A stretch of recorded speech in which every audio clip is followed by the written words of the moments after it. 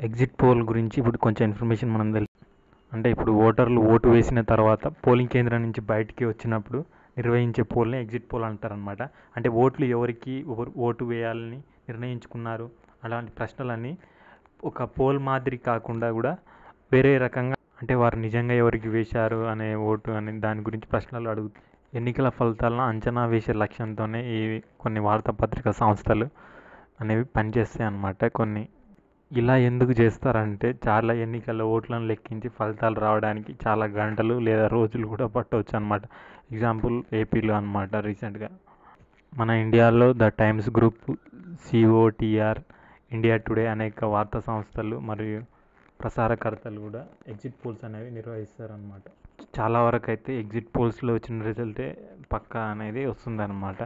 90% అయితే. ఏమైనా కొంచెం అటు ఇటుగా అయితే అనేది చాలా తక్కువ పర్సెంటేజ్ ఉంటుంది అన్నమాట ఛాన్స్. Like share